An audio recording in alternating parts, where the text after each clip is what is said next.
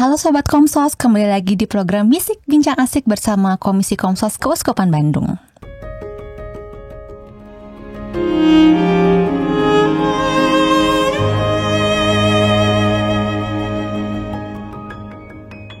Oke Sobat Komsos, minggu lalu kita udah ngomongin tentang awal mula hadirnya gereja Katolik di Tatar Sunda.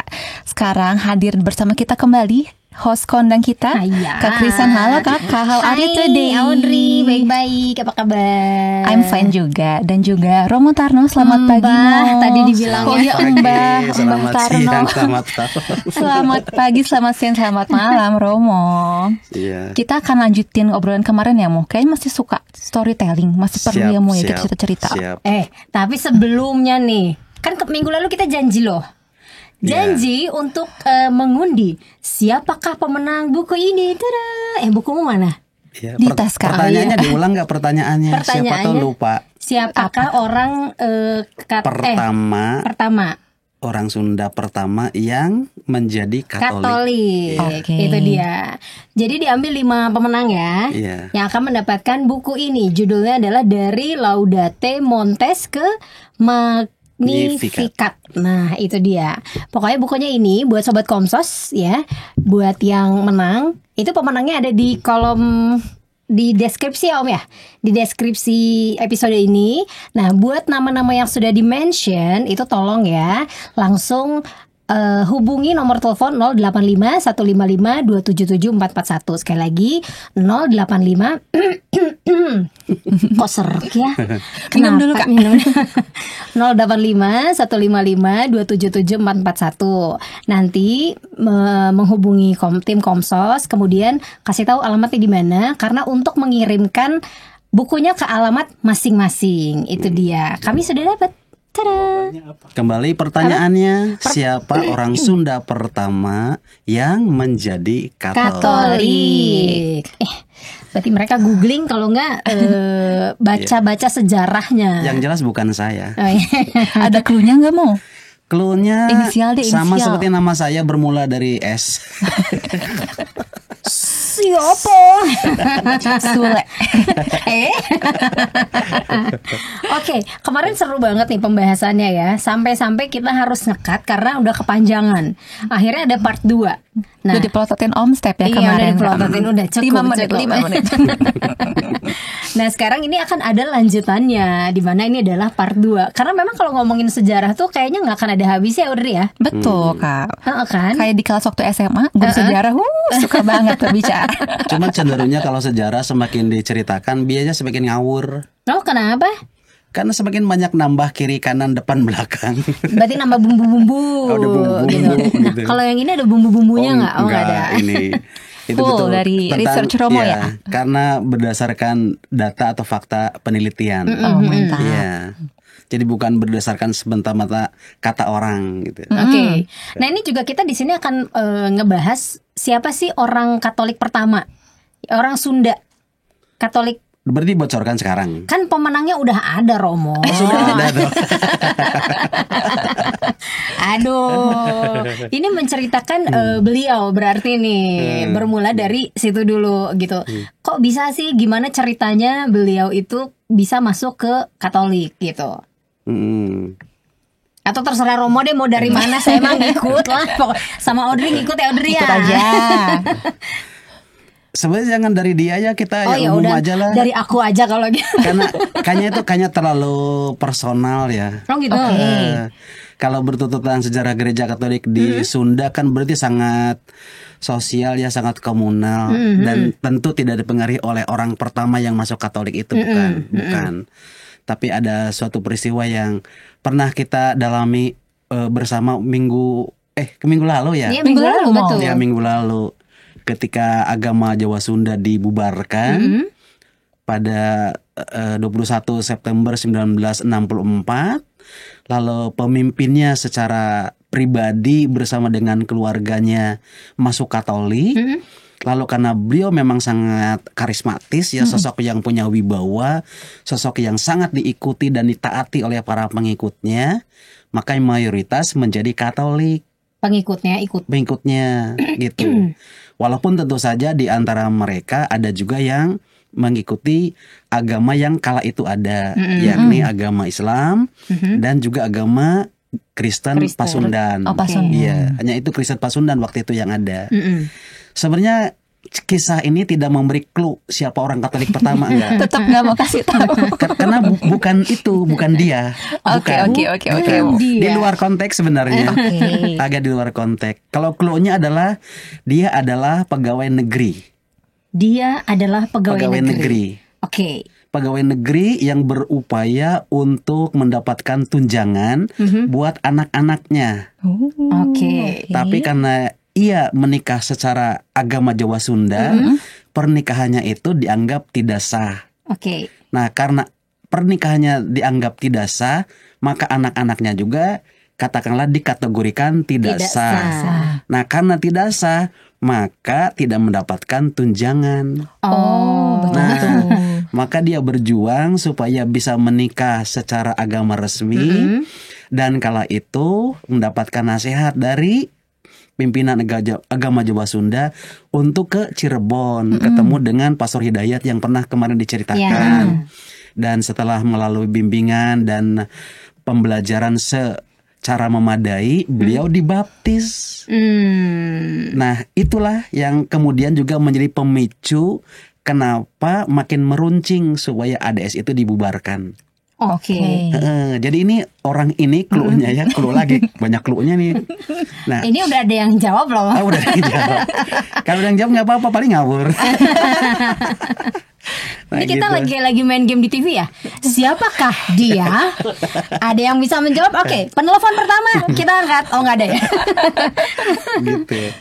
Nah, itu justru ketika dia menjadi orang Katolik pertama, sekali lagi ya makin memanaskan situasi di situ tentang kondisi ADS yang kemudian memang akhirnya dengan akumulasi berbagai sebab memunculkan desakan yang sangat kuat supaya ADS itu dibubarkan. Kalau aku tahu siapa namanya. Siapa, Kak? Sutarno. Dari S. Tebak-tebak. S ya. Iya. Stefanus. Iya. Stefani. Itu Stefanus.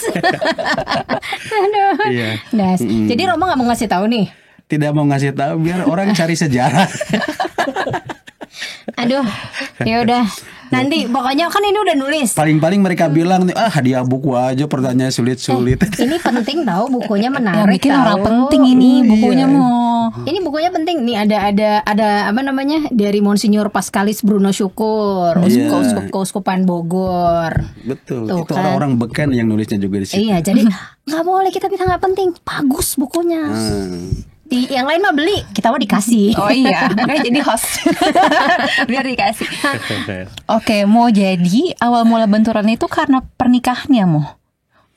Kalau benturan sih seperti cerita sebelumnya, agama Jawa Sunda itu memang tanda petik jadi musuh dari para kolonial. Ketika Belanda menjajah Indonesia, termasuk kawasan Sunda, khususnya juga daerah Cigugur, Kuningan dan sekitarnya, ajaran agama Jawa Sunda itu mengajarkan yang namanya mengenai persatuan, kemanusiaan, cinta tanah air, dan seterusnya itu. Ajaran-ajaran itu dipandang sebagai ajaran yang akan mempersatukan warga Indonesia. Nah, kalau mereka bersekutu satu sama lain, sementara kolonial maunya justru memecah belah, maka dianggap ajaran dari agama Jawa Sunda itu seperti perlawanan dalam senyap, perlawanan dalam diam gitu. Maka lagi-lagi agama Jawa Sunda itu selalu mendapat tantangan, bermula tidak hanya dari orang Indonesia sendiri, tetapi juga dari para penjajah, dari Belanda, kemudian dari Jepang gitu. Nah, kalau dari pemerintah tentu saja terkait dengan bahwa ajaran agama Jawa Sunda itu dipandang sebagai ajaran sesat gitu. Maka karena dipandang sebagai ajaran sesat, sebaiknya sih tidak ada. Nah, terkait dengan perkawinan, karena mereka memiliki pengikut yang sangat banyak, ribuan, dan di antara mereka sebagai pengikut juga punya ajaran tentang perkawinan, maka warganya juga ada yang melakukan perkawinan secara agama Jawa Sunda gitu. Nah, karenanya mereka-mereka yang menikah menurut ajaran agama Jawa Sunda itu, pernikahannya itu dianggap juga sebagai pernikahan yang tidak sah termasuk anak-anaknya. Nah, konsekuensinya tentu pernikahan mereka secara adat Jawa Sunda itu tidak pernah bisa dicatat di catatan sipil.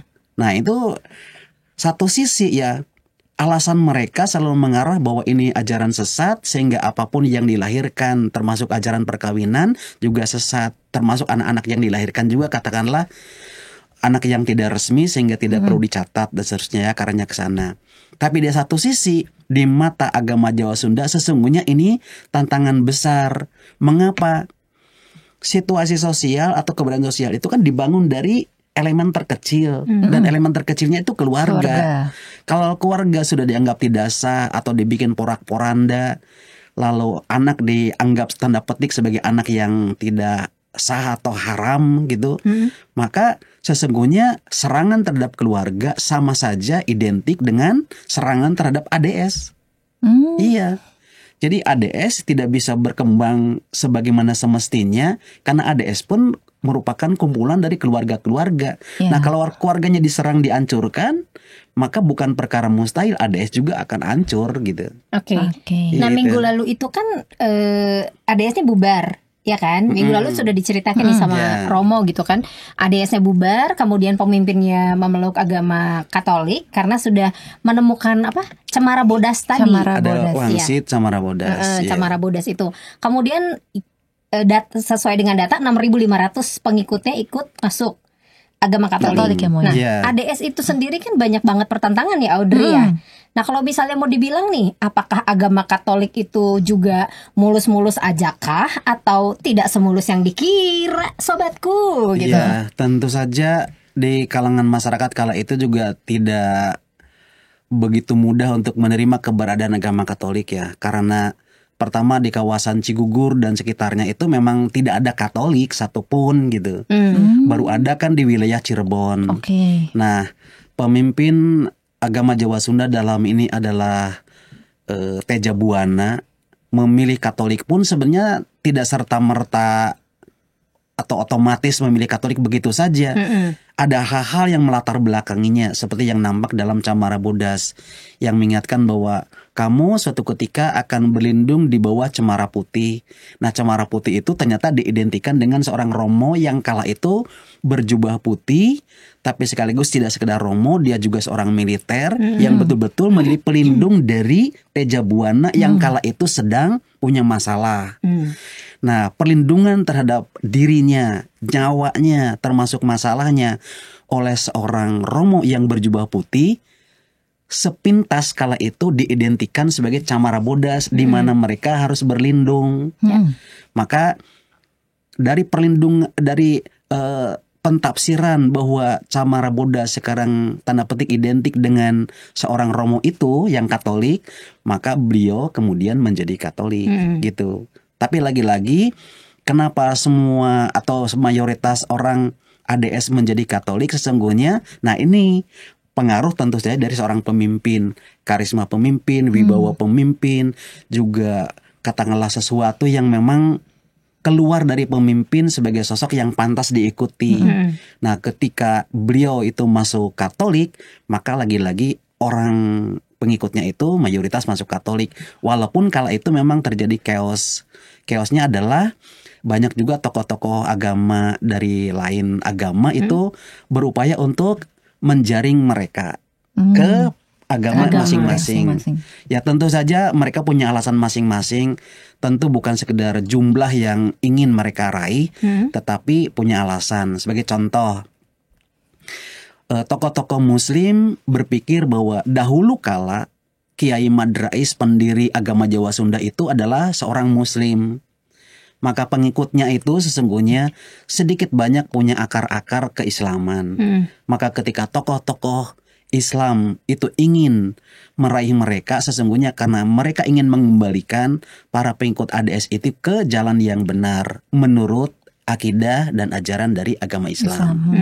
Sementara misalnya gereja Kristen Pasundan, mereka juga menganggap bahwa filosofi atau ajaran dari ADS itu lebih dekat atau lebih dirasakan itu lewat gereja Kristen Pasundan. Namanya aja Pasundan, sesuatu yang sangat dekat dengan kesundaan. Sementara mereka juga katalah orang-orang Sunda. Jadi pendekatannya berbeda atau perspektifnya. Kalau tokoh-tokoh Muslim itu perspektifnya adalah ajaran ke akidah, dan mereka mau mengembalikan atau membawa mereka pada akidah yang benar. Sementara kalau gereja Kristen Pasundan lebih cenderung mengarah ke aspek kultural, bahwa mereka adalah orang-orang Sunda. Sementara di sini ada gereja Kristen Pasundan, maka tempat yang dirasa tepat bagi mereka adalah gereja Kristen Pasundan. Nah, Katolik sendiri sebenarnya nggak punya daya tarik karena di situ nggak ada Katolik. Di Cigugur itu nggak ada. Tidak ada.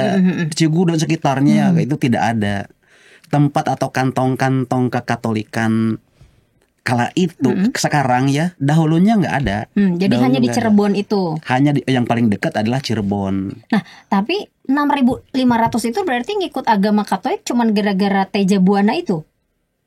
Tentu mungkin ya kalau disebut gara-gara kan ini bukan soal kerusuhan ya. Alasannya maksudnya karena pemimpinnya masuk, jadi ya udah deh gitu. Padahal kan yang tadi Katolik mereka nggak ada bayangan sama sekali. Berarti kalau diambil dari cerita Romo bahwa di Cigugur dan sekitarnya tuh nggak ada nol. Iya, betul. Jadi pemahaman tentang Katolikan itu nyaris nol, nyaris nol. Maka ketika Katolik di sana muncul, sangat besar dugaan karena memang karisma dari Teja Buana yang sangat kuat gitu. Dan masuk dari keberadaan dia sebagai seorang pemimpin yang dekat dengan masyarakat, seorang yang penuh wibawa memberikan ajaran kebenaran dan seterusnya. Itu dipandang bahwa dia adalah sosok yang istimewa di mata pengikutnya. Nah, ketika sosok istimewa katalah berpindah haluan keyakinan, maka memang sangat logis ya, sangat masuk akal ketika para pengikutnya juga atau ADS itu mengikuti beliau.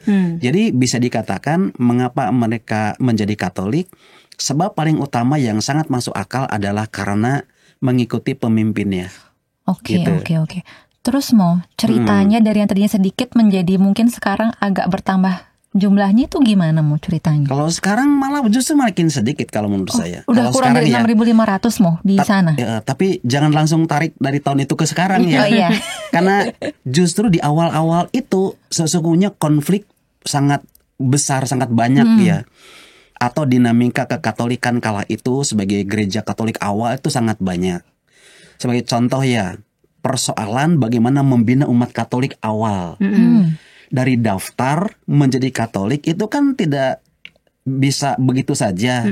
Katalah dia daftar besok dibaptis. Katolik punya cara, punya ciri bagaimana seseorang yang tertarik pada Katolik dibina sedemikian rupa untuk jadi Katolik. Maka tahun-tahun itu sebenarnya tahun-tahun ricuh dari aspek pendaftaran. Iya, bahkan ricuh dari pendaftaran itu ada orang yang mendaftar juga dikiranya Katolik tetapi ternyata bukan. Ada kayak gitu-gitu. Nah, dalam ini misalnya ke Protestan. Ya tadi karena memang para pengikut ADS tidak tahu Katolik itu apa, siapa, di mana, sebenarnya tidak terlampau tahu gitu. Maka di antara mereka yang tertarik Katolik malah justru bukan ke Katolik tetapi ke Protestan, dalam ini Kristen Pasundan karena ketidaktahuan. Itu ya salah satu contoh kecil di mana pada kala itu ada tanda petik semacam kekisruhan. Yang berikutnya adalah karena umat Katolik di situ tidak ada awalnya dan menjadi ada. Nah, bisa dikatakan otomatis orang Katolik yang ada di sana adalah 100% orang mantan ADS. Tidak ada yang lain. Jadi betul-betul orang Katolik di situ adalah orang-orang dari mantan ADS. Nah, sebagai orang-orang yang mantan ADS, kira-kira di tahun-tahun awal dia sudah menghayati, atau jangan menghayati dulu ya, tahu, mengerti, kemudian menghayati kekatolikan, itu pasti sangat sulit. Ya kita aja udah sekian lama, atau apalagi saya sebagai pastor aja kadang masih buta huruf. Belajarnya dari mana mau mereka menghayati itu? Nah itu karena situasi kayak begitu ya, maka bisa dibayangkan yang paling dominan dari aspek ajaran dan penghayatan itu pasti bukan Katolik, yakni dalam ini adalah agama Jawa Sunda. Nah yang paling kentara pada kala itu adalah tentang hari raya. Gimana tuh? Nah hari raya itu dalam hal ini tentu walaupun mereka Katolik, hari raya yang paling berasa dalam benak dia, dalam penghayatan hidup dia adalah Rayagungan atau Serentahun. Jadi ibaratnya Natal walaupun mereka Katolik bisa jadi di tahun-tahun awal merupakan upacara yang relatif asing, relatif baru bagi mereka gitu. Oke, Mu, sorry aku potong dulu nih. Karena Sobat Komsos yang nonton tidak semuanya dari Tatar Sunda dan dari daerah Cigugur. Boleh tolong dijelaskan dulu Serentahun tuh apa gitu? Nah, Serentahun tuh sebenarnya sesungguhnya adalah upacara syukuran atas panen. Panen. Wujud konkretnya memang syukuran atas panen. Esensinya sebenarnya syukur atas seluruh anugerah dari Yang Maha Kuasa ke manusia. Syukur atas udara, syukur atas tanah, syukur atas air, syukur atas segala sesuatu yang Tuhan berikan. Nah, kebetulan di tanggal 22 Rayagung di mana Serentahun itu biasa dilaksanakan, itu juga menjelang pergantian tahun. Seren itu berarti menyerahkan tahun yang lampau dan menyambut tahun yang baru. Tapi esensinya adalah syukur atas anugerah Tuhan. Nah, syukur atas anugerah Tuhan itu nampak nyata melalui upacara yang disebut dengan numbuk padi atau nutu. Nah, itu pun sebenarnya sangat kaya ya upacara ini dengan berbagai macam nilai sebenarnya ya. Kita tidak mengarah dulu soal keagamaan atau keyakinan, tapi ke soal nilai. Contoh ya, yang ditumbuk padi itu selalu padi gogo. Apa itu, Mu? Padi gogo tuh padi huma, padi ladang. Nah, dalam sejarah misalnya dalam kultur Sunda, padi gogo itu selalu ditanam di ladang.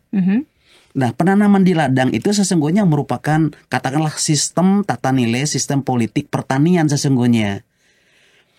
Nah, karena ditanam di ladang, maka ladang itu selalu posisinya lebih tinggi dari pemukiman. Nah, karena berada di tempat pemukiman, itu juga mengingatkan orang pada di mana dia harus membuat rumah, di mana dia harus membangun kolam. Itu udah sangat penataan gitu ya. Nah, dalam hal ini contoh yang paling konkretnya adalah ketika itu ditanam di ladang, nah berarti manusia yang dengan perumahannya ada di bawahnya, gitu katakanlah ya, nanti tempat yang paling bawah emang dikhususkan untuk air. Jadi tempat yang paling bawah untuk air, nah lebih tinggi dari air adalah untuk pemukiman, agak tinggi sedikit untuk peladangan atau yang disebut dengan tanah garapan, hutan garapan yang bisa digarap. Maka dengan Serentahun sesungguhnya karena Tuhan sudah menciptakan segala sesuatu yang baik. Nah, bagaimana kebaikan itu diterjemahkan dalam kehidupan manusia? Salah satunya dengan menanam padi gogo itu. Nah, dengan menanam padi gogo itu sebenarnya bukan soal menanam padi, tetapi juga sesungguhnya soal tata nilai, tata politik, termasuk juga tata geografis. Nah, ketika rumah berada di ketinggian dan lahan paling bawah itu diperuntukkan untuk air, maka sesungguhnya mengajari supaya jangan sampai terjadi banjir. Nah, contoh yang paling kecil misalnya sekarang ya kan soal geografis aja dilabrak. Daerah tinggi yang mestinya dengan pohon-pohon tinggi dijadikan satu pemukiman mungkin untuk pemukiman mewah dan seterusnya, atau diganti tanamannya yang mesti dengan ketinggian dan besar tertentu sekarang dengan tanaman misalnya tipe jagung, tipe padi gitu. Ya jangan salahkan alam kalau kemudian terjadi banjir atau longsor. Kemudian yang paling bawah misalnya ya kerap kali juga dipakai sebagai tempat rumah perumahan. Maka jangan salahkan alam juga, apalagi salahkan air bahwa itu kodrati kalau manusia atau rumahnya terendam air. Karena sesungguhnya tadi tata geografis orang itu gak disadari. Karena itu tempat air, maka ya jangan dipakai manusia. Maka sebagai contoh ya mungkin ini agak sedikit ke wilayah kita di Bandung misalnya ya. Kalau daerah Bale Endah ke arah selatan itu kan daerah cekungan. Nah itu katakanlah memang daerah paling bawah yang kalau dari sisi peruntukan itu secara kodrati untuk air. Maka mungkin sampai kapanpun juga di daerah sana tuh pasti banjir, kalau musim hujan tuh akan tergenang air gitu. Genangan masa lalu mau. Meta serius tuh. Nah itu soal padi ya. Nah terus yang ditumbuk tuh selalu berjumlah 22 kintal, 2 ton 2 kintal. Kenapa tuh Mo? Kenapa itu dari 22 jadi 22 dan 2. 20 itu adalah simbol kehidupan kita dalam diri. Dari mulai ada daging, tulang, jantung, limpa, semua tuh itu adalah organ yang menghidupi manusia 20. Kemudian 2 adalah simbol selalu berpasang-pasangan. Ada laki perempuan, ada terang gelap, ada atas bawah. Semua itu adalah simbol berpasang-pasangan yang secara kodrati jadi ciri kehidupan manusia. Nah itu ya, jadi 20 dan 2 itu sesungguhnya sudah merupakan simbol yang sesungguhnya punya nilai yang bisa dihayati. Laki dan perempuan sampai kapanpun ada. Maka laki-laki tidak boleh memusuhi perempuan, perempuan tidak boleh memusuhi laki-laki, walaupun itu beda. Dari perbedaan itu bukan untuk saling meniadakan, tapi justru saling mengadakan. Laki-laki, kenapa disebut laki-laki? Karena ada perempuan. Perempuan disebut perempuan karena ada laki-laki. Laki-laki dan perempuan beda-beda. Nah, beda itu bukan untuk saling meniadakan, tapi untuk saling mengadakan. Siang dan malam. Kenapa disebut siang? Karena ada malam. Kenapa disebut malam? Karena ada siang. Dan tidak pernah boleh karena merasa bahwa siang itu lebih karena siang itu hebat maka malam ditiadakan. Ya nggak akan ada siang karena tidak ada malam. Jadi antara siang dan malam hal yang kodrati beda, tapi bukan untuk saling meniadakan, tapi sebaliknya saling mengadakan. Itu dari 2. Jadi 20 adalah simbol dalam hidup manusia yang menjadikan manusia itu hidup. Kemudian 2 adalah simbol selalu berpasang-pasangan sampai kapanpun. Nah, 22 kintal itu terkait dengan padi misalnya ya. Nah, 2 tonnya itu nanti ditumbuk, dijadikan sampai jadi beras, dan kemudian dibagi kepada masyarakat yang membutuhkan. Itu kan juga simbol solidaritas ya, simbol bagaimana bisa yang memiliki membantu yang tidak memiliki, atau yang memiliki lebih bisa membantu yang kekurangan. Simbol solidaritas, simbol persekutuan, simbol cinta satu sama lain dan seterusnya. Itu nggak usah diajari dari mimbar altar dan khotbah sebenarnya, tapi dari simbol itu udah kelihatan. Dalam banget ya mau maknanya ya. Itu baru secuil tentang Serentahun ya. Itu tahun. belum tariannya, belum pesertanya. Nanti memang bisa 20 episode sih memang. Yes, nambah lagi saudara-saudara. Nah, tapi terus Serentahun menarik nih. kan ditumbuknya cuma 2 ton. Nah, 2 kintalnya dikemanakan? 2 kintalnya itu disimpan sebagai bahan untuk bibit. Nah, itu memberi gambaran kepada manusia sesungguhnya supaya kalau dalam bahasa Sunda itu ulah bebeakan. Tahu bebeakan?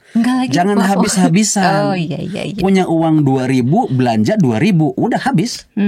Jadi dengan ini sebenarnya tadi ada pengajaran mengenai hemat, pengajaran mengenai bagaimana berpikir tentang masa depan. Jadi kalau sekarang orang nabung misalnya ya, ajaran agama Jawa Sunda melalui Serentahun sesungguhnya sudah diajari secara alamiah, secara dasar ya, bagaimana orang untuk bisa hidup hemat dan memikirkan masa depan. Gitu. Dan memang sampai sekarang ya rata-rata masyarakat lokal itu termasuk zaman Covid waktu kemarin ya, itu masyarakat yang tidak pernah khawatir akan kekurangan makan atau kelaparan karena mereka sudah punya cara. Seperti itu. Nah, dari dua kintal yang dijadikan bibit atau persediaan itulah memberikan gambaran bahwa ke depan setelah bibit itu ditanam, dan pasti ditanam kan pasti berlipat ya. Kalau dalam bahasa kitab suci itu ada yang 30 kali lipat, 70 kali lipat, 100 kali lipat. Berarti kalau misalnya ini 2 ton kali 30 kali lipat berapa? 2 kintal kali 30 kali lipat berapa? Atau kali 70 kali berapa? Apalagi 100 kali lipat jadi berapa? Kan begitu. Intinya kita bisa makan, memberi ke orang, tetapi juga tetap punya masa depan yang jauh lebih hebat, lebih sejahtera. Itu baru soal padi. Iya, belum yang lain. Tahanmu kalau yang itu mah. Nah, jadi kalau tadi nanya soal Serentahun itu ya. Nah, sekarang bayangkan dari soal angka 22, dari soal padi saja demikian dalam, dan itu terus-menerus dihayati oleh para pengikutnya. Sekarang muncul Natal. Kira-kira Natal bisa cepat masuk nggak dalam penghayatan mereka? Susah lah ya. Pasti susah. Kan baru. Begitu. Satu barang baru juga katakanlah bermula dari luar gitu. Mungkin berbau Eropa lah, berbau orang-orang asing lah. Kebetulan mungkin juga Romo-Romo yang datang ke sana juga kan bukan orang-orang pribumi. Bule-bule, apalagi orang Sunda, bule-bule yang barangkali mereka juga image-nya ini para penjajah nih gitu. Iya kan? Iya benar. Gitu. Jadi pembawanya barangkali mereka sudah punya image kolonial, Lalu upacaranya itu sendiri walaupun itu bermula dari Katolik sekali lagi dan punya nilai, tidak akan begitu mudah diserap karena tadi mereka sudah begitu berurat berakar tentang berbagai macam ritual dan upacara-upacara agama Jawa Sunda. Emang berdekatan ya? Pernah Natal. bentrok mau? Iya, Enggak. Natal sama Ini Serentau. sebelum ke soal bentrok tanggal ya, tapi ke soal ini dulu, bagaimana mereka menghayati Natal dan Serentau Serentau. itu udah sangat gap ya terjadi di awal gitu. Nah, kemudian yang paling berasa itu ketika tahun 75. Itu berarti 11 tahun setelah kekatolikan muncul di situ. Nah, tanggal 25 Desember itu adalah hari Natal untuk orang Katolik seluruh dunia. Ya. Termasuk sesungguhnya juga bagi orang Katolik di Sunda. Yang bermula 100% dari ADS gitu. Tapi tanggal 26 Desembernya itu bertepatan juga dengan tanggal 22 Rayagung, tanggal hari raya dari agama Jawa Sunda. Waduh. Yang selama ini katakanlah dari 1920 sampai 1964 dihayati. Jadi kurang lebih 44 dihayati. Itu harinya beriringan, bukan bentrok ya, beriringan. Nah, sekarang bisa dibayangkan merayakan Natal dan merayakan Serentahun atau Rayagungan itu orangnya sama. Orangnya sama. Tetapi dengan cara penghayatan, pemahaman yang berbeda. Nah, terhadap kekatolikan katakanlah baru 11 tahun. Sementara untuk agama Jawa Sunda sendiri, dia udah menghayati dari kecil. Katakanlah kalau mereka yang kala itu berusia 44 tahun ya misalnya ya gitu. Apalagi orang tua pasti sejak mereka dewasa sudah bisa menghayati itu. Nah, yang terjadi adalah pemikiran dari dua tokoh. Yakni tokoh Katolik yang dalam ini pastor tentu saja. Pastor berharap, apalagi pastor-pastor yang punya cara berpikir yang ke bule-bulean barat-baratan. Dia menganggapnya adalah kamu adalah orang Katolik. Maka apa yang harus kamu rayakan adalah perayaan Natal. Ya. Salah nggak dengan begitu? Enggak. Ya memang nggak salah orang tokoh Katolik ya. Tokoh Katolik memberikan saran bahkan ajakan untuk merayakan perayaan Katolik. Ya nggak salah. Nggak salah sama sekali. Nah sekarang dari tokoh yang berikutnya. Kan di situ ada dua tokoh sesungguhnya. Yakni tokoh agama Jawa Sunda sendiri. Dalam ini generasinya sudah mulai sedikit berubah ke Pangeran Jatikusuma, jadi cucu dari pendiri agama Jawa Sunda. Nah, beliau itu merasa juga bahwa Natal penting, Hari Raya penting, tapi juga ADS juga bukan perkara yang tidak penting. Karena seluruh umat Katolik itu adalah warga ADS sesungguhnya, yang namanya itu sudah jadi Katolik. Nah, kemudian perbedaan cara berpikir dari kedua tokoh itu ternyata juga menjadi cara berpikir dari para pengikutnya. Para pengikutnya yang sudah mulai sedikit mendalami tentang kekatolikan merasa lebih baik mengutamakan Natal. Bagi mereka yang masih sangat mendalami atau belum move on dari agama Jawa Sunda, itu masih mereka berpikir utamakan Serentahun. Nah, bagi mereka yang ketelabilannya abu-abu, biasanya abu-abu kan oportunis tuh ya. Ababil. Bocil zaman sekarang. Ya, mau kemana terserah gitu lah. Pokoknya kita mah damai lah, penting ya. Kesana ikut, kesini ikut gitu ya. Itu juga ada. Nah, kebetulan kala itu jadi pemicu apa ya.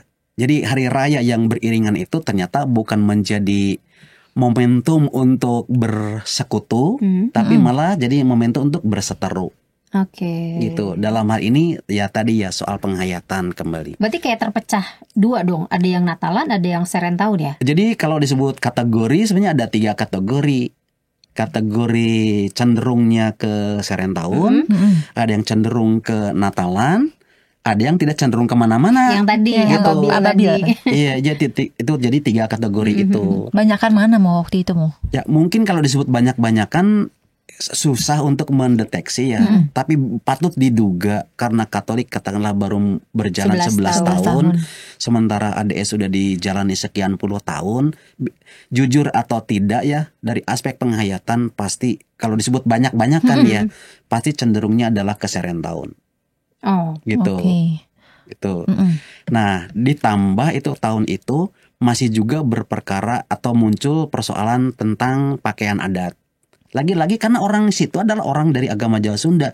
Jadi segala bentuk penghayatan memang sudah bisa sangat kuat dari agama Jawa Sunda, termasuk soal pakaian. Gimana tuh? Iya. Nah, kalau soal pakaian adat, tiada lain bagaimana pakaian adat itu bisa diinkulturasikan dalam upacara-upacara Katolik. Salah satunya adalah di Ekaristi gitu. Oh, masuk ke liturgi berarti. Ke liturgi ya, terutama di Ekaristi, di misa, di misa. gitu. Apakah memungkinkan untuk itu?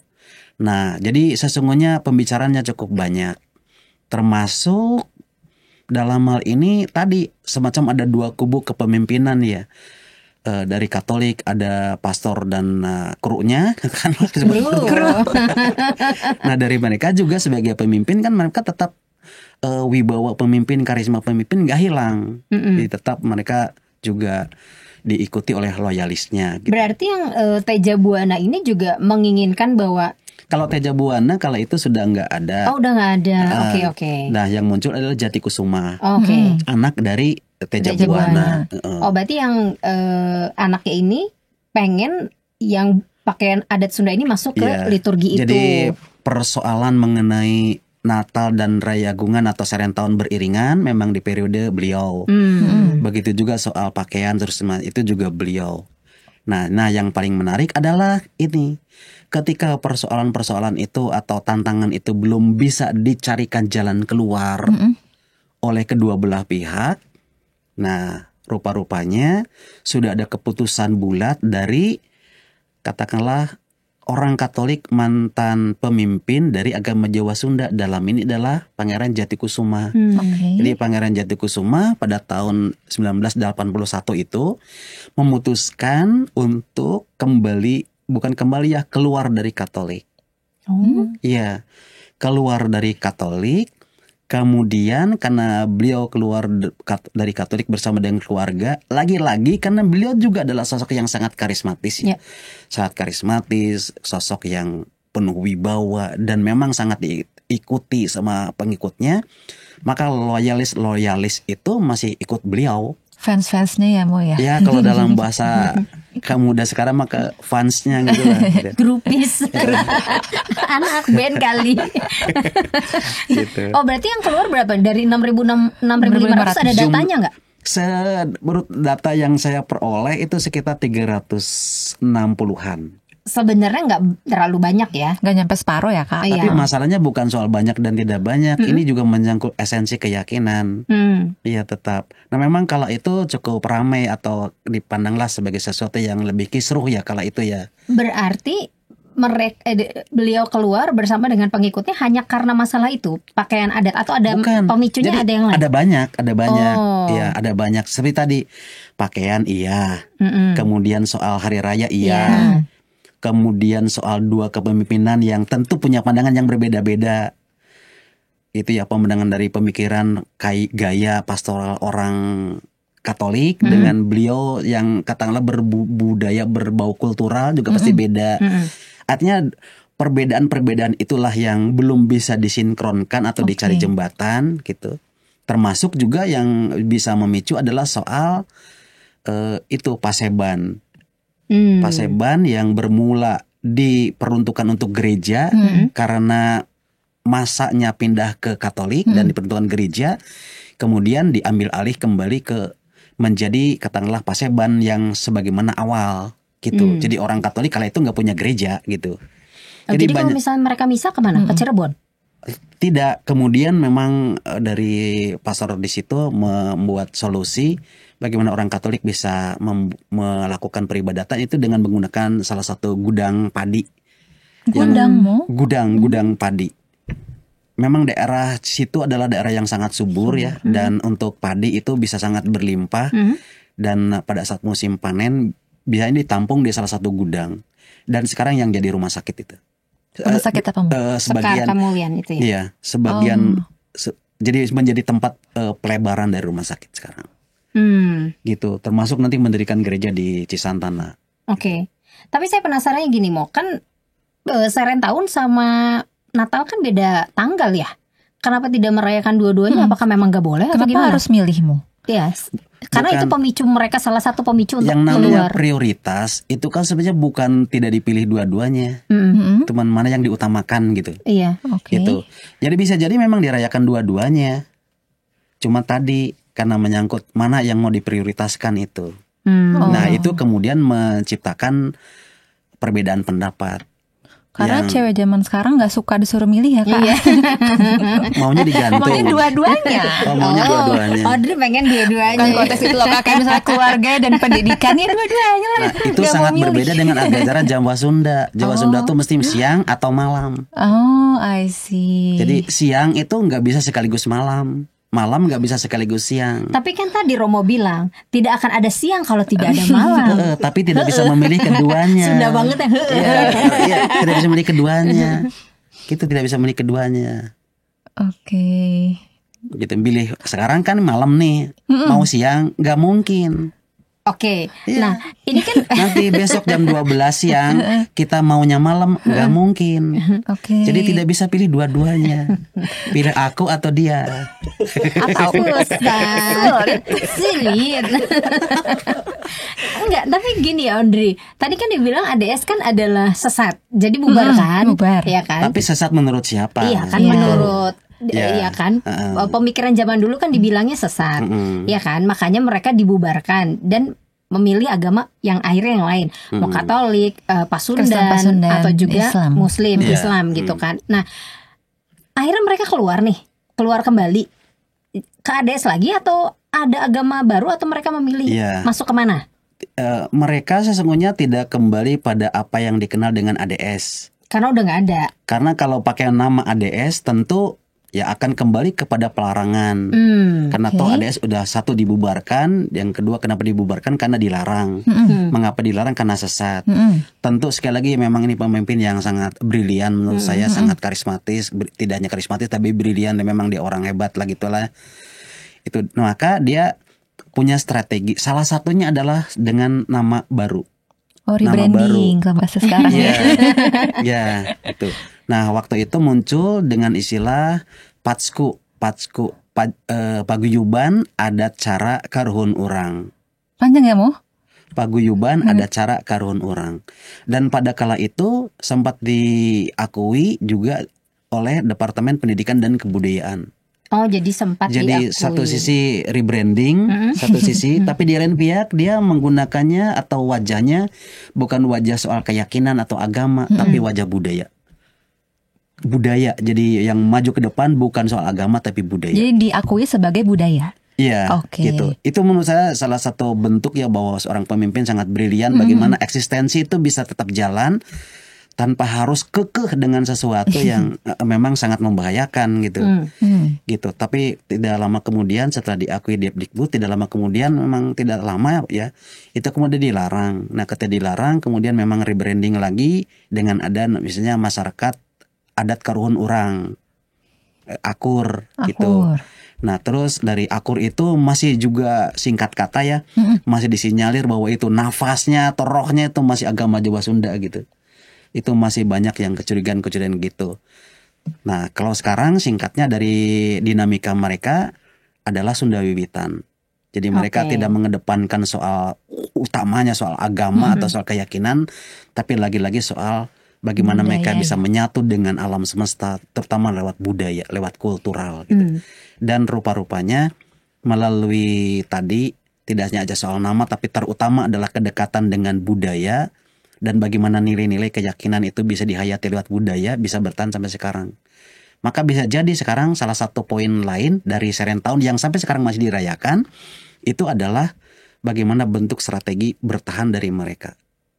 Dan hebatnya ya, walaupun sekarang katakanlah sudah tahun 2025 dan baru dilaksanakan juga kemarin serentahunnya di bulan Juni ya, itu yang merayakan itu bukan semata-mata orang Sunda Wiwitan yang bermula dari agama Jawa Sunda, tetapi di situ juga orang Muslim ada, Katolik ada orang juga. Katolik juga ada, termasuk orang-orang Kristen juga ada. Jadi itu bisa terbayangkan ya bahwa sesungguhnya jiwa semangatnya ada itu sebenarnya udah tertanam, gitu. Tapi kalau misalnya mau ngomongin budaya lokal gitu ya, di Cigugur kan orang Katolik termasuk banyak ya.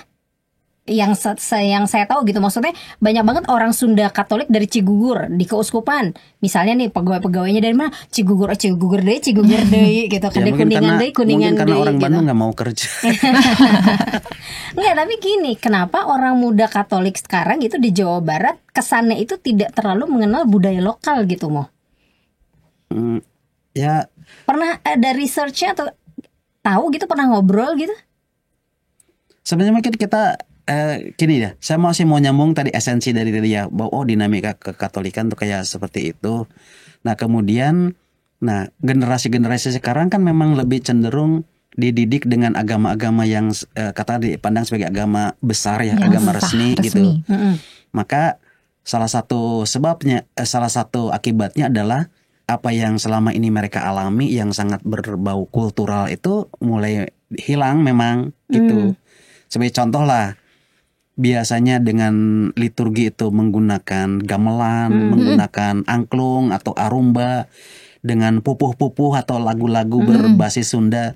Sekarang kan sudah diganti dengan lagu-lagu yang memang lebih nasional, bahkan internasional gitu kan. Iya, gitu. Latin.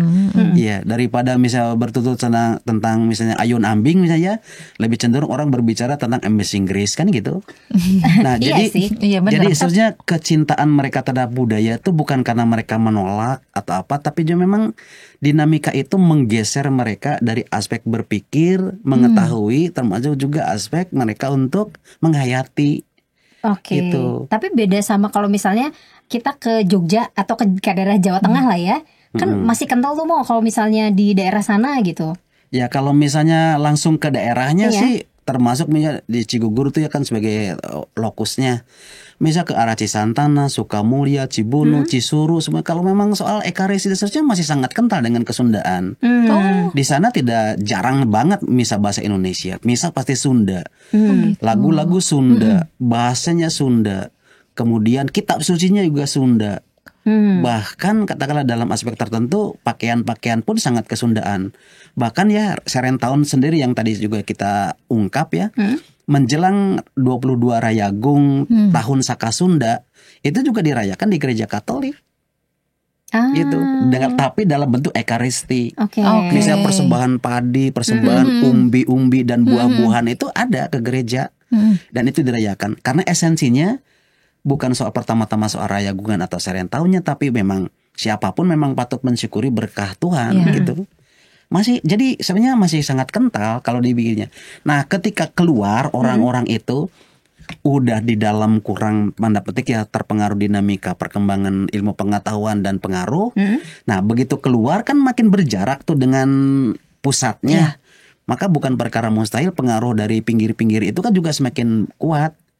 Maka bisa dibayangkan kaum muda sekarang makin tercabut lah dari akarnya, katakanlah gitu. Soalnya kalau di Bandung nggak ada gitu. Maksudnya nggak kerasa. Jarang Iya kan banget, ya? bener-bener Di jarang Bandung banget. sendiri saya tahu karena di sini ada komunitas Baraya Sunda. Komunitas Baraya Sunda itu berupaya sesungguhnya untuk tetap mengingat budaya awal, termasuk juga melestarikan apa yang terjadi di budaya awal, bahkan bila perlu tidak hanya melestarikan tapi mengembangkan. Termasuk mungkin ini pusat pastoral di sini juga kerap dipakai untuk kegiatan itu. Salah satunya misal kemarin waktu pas menjelang Natal semuanya berbau Sunda. Natalan Sunda. Itu semua berbasis Sunda. Kecapi suling, lagu-lagu Sunda, pastornya juga berbahasa Sunda gitu. Tapi emang ya Gitu. kalau misalnya disuruh ikut misa Sunda, aku nggak ngerti sih sebenarnya. Karena mau bahasanya jujur. bahasanya Sundanya Sunda halus kan Ya gitu. kalau untuk liturgi tentu penggunaannya bahasa yang kelas atas. Iya. Kalau bahasa pasar nggak bisa dimasukin ke dalam bahasa altar kan gitu. Agak sulit yang gak mungkin Iya. sobatku. Nah itu tandanya juga karena kesulitan itu juga mungkin sebagai karakter kaum muda, kesulitan bukan diterobos ditangani tapi dihindari, itu persoalan juga.